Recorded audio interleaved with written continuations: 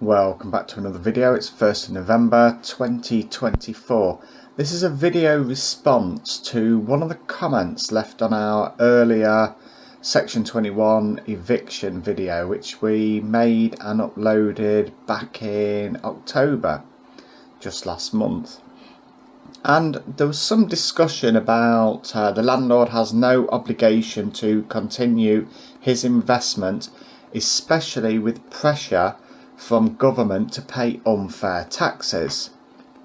I responded to that at the time, and I asked for the commenter to elaborate on the unfair taxes. And fair play, the commenter did come back and they made a comment where they said about Section 24, which was introduced in 2017, whereby originally any landlord that had financed the purchase of a property through a mortgage could claim back the interest that was being paid to the financial institution, bank or whoever it may be. And this was stopped, and I think that rate was reduced down to about 20%. I think they were allowed to claim 20% back of any interest they were paying. Now, from a landlord's perspective, this commenter was saying that that was an unfair tax. And I think part of the problem lies in the fact that the word investment was used. Now, is it an investment if you were mortgaged right up to your maximum percentage? And I think buy-to-let mortgages is about 25% investment threshold, 75% borrowed. If you're borrowing that level of income and you've got no threshold between the rent that's charged and the interest that you've got to pay out, which obviously in 2017 you'd have then been hit because you couldn't claim that back. That certainly is going to be a shock to any buy-to-let landlord. However, I don't think it's a case of government levying unfair tax. I think it's more of an issue of the government creating turbulence in the marketplace. If you look, for example, at the diesel cars, at one time there was a big push on diesel cars. Get a diesel car, it's the best thing ever, you can get tax breaks. Everybody then buys into the diesel car dream, and then all of a sudden, oh, hold on a minute, there's small particulates being emitted. No, we don't want diesel anymore.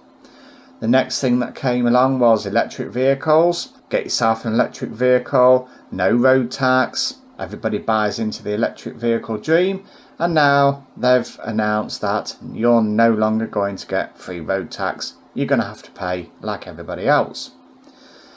And when you then look at the buy-to-let mortgages, this was pushed out.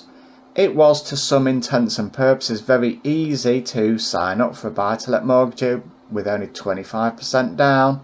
It must have been a dream at the time to buy into that. An investment for only 25% of the value.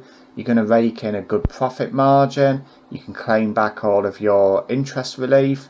And then all of a sudden, lo and behold, the rules change and the government now don't allow you that incentive of claiming back the mortgage interest relief.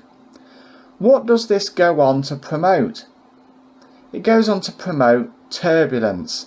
Where there's change, there's opportunity, and there's taxes due. There's a change with landlords saying, I'm going to now sell. Selling property and creating turbulence in the marketplace keeps the prices of property high. And in my opinion, that's one of the things that this country relies on. There's not a lot else going on. It's high property prices. If you can keep the high property prices, then you're effectively creating a market that looks like it's doing well. And if there's one class of individuals that are now saying we're going to sell up, such as buy-to-let landlords, you're going to keep the property prices high, you're going to create extra revenue, you're going to create stamp duty, you're going to create turbulence in a marketplace. And I think a lot of the economy of this country is based upon high property prices. This is my video response to the comment that was left. Anybody that's following this Section 21 eviction process, I will have a video for you shortly. It's just taking a little longer to prepare. If you've got any thoughts on this as an issue, head down to the comments, leave your comment, let me know. I do try and respond to everybody. Look forward to seeing you in our next video. Goodbye.